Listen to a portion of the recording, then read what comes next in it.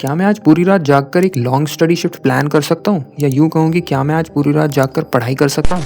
I don't know, क्योंकि आज से पहले मैंने ऐसा करने का जब भी ट्राई किया है, I have failed and here I am making one another such kind of attempt for this. So hi everyone, ये है एक mental toughness challenge where I have to sit on the table and work until my mind gets fully exhausted. मैं इस challenge को जैसे तैसे complete करने पर ज़्यादा फोकस नहीं हूँ, बल्कि इस बात पर फोकस्ड हूँ कि इस चैलेंज के दौरान मैं जो भी mental suffering, mental pen and mental struggle experience करूँगा उसको मैं पॉइंट आउट कर सकूँ and become better for the next time. And I have captured all those moments very raw and real so that आप भी उनसे कुछ सीख सकें एंड रिलेट कर सकें। I have no intention to give you a temporary motivation by any cinematic motion. This challenge is all about mental war. So without wasting much time, let's get started. तो मैंने decide किया कि रात के 9 बजे will be a suitable time to start this challenge, because this is the time जब घर पर और हमारे आसपास शांति हो जाती है एंड माइंड को फोकस करना कंपैरेटिवली ईजी हो जाता है। तो अभी मैं आपको अपने करंट माइंडसेट के बारे में बताता हूँ। Right now I am feeling good, motivated and focused and I have to do this challenge, but my eyes are little bit soaring and stressed because इस चैलेंज को परफॉर्म करने का मैंने आज सुबह भी ट्राई किया था, बट बिकॉज दिन में काफ़ी शोर और डिस्ट्रैक्शंस होती हैं, इसलिए मैं इस चैलेंज को कंप्लीट नहीं कर सका। That's why I decided to do this challenge in night so that I can get an cutting edge. शुरुआत के 1-2 घंटे काफ़ी मुश्किल थे बिकॉज मेंटल स्टेबिलिटी नहीं थी। आई नो, मैंने कहा कि मैं मोटिवेटेड भी था, फोकस्ड भी था, but it was all inside the mind. जब हम प्रैक्टिकली उस काम को करते हैं तो things change, motivation goes away and focus becomes weaker.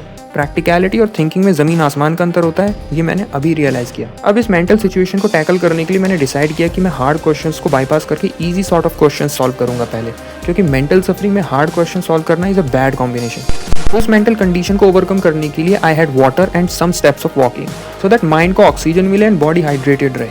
I kept on bearing that situation till 12 at midnight.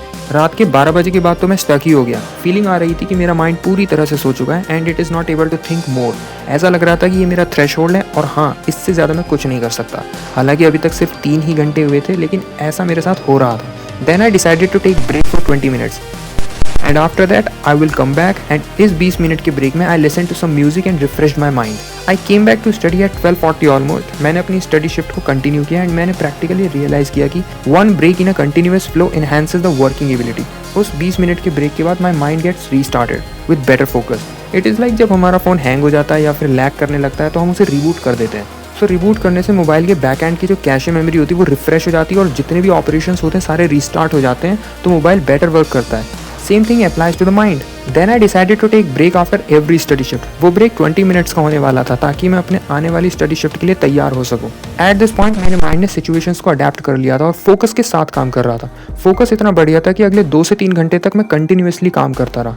This is the time when mind starts working with you. Now it is in a flow, everything sinks perfectly and mind पर कोई pressure भी नहीं होता है कि ज़्यादा रात हो गई है या बहुत देर हो गई है। 3:30 बजे तक I continue doing that thing.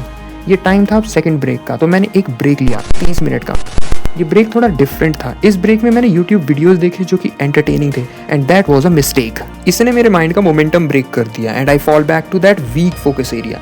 Then I realize break में हमें कुछ भी करने का फ्रीडम नहीं है, बल्कि अपनी अगली स्टडी शिफ्ट के लिए अपने आप को रेडी करना होता है, जो कि मैंने नहीं किया। अभी मेरा फोकस और मोमेंटम दोनों वीक होने लग रहा है। I was coping up with it and that was the moment when mental suffering started actually. Then मैंने ट्राई किया कि मैं अपना स्टडी मैनर को चेंज करने की कोशिश करता हूँ। एक्चुअल स्टडी से बुक रीडिंग करने लगा ताकि स्टडी इंटरेस्ट शिफ्ट कर सकूँ।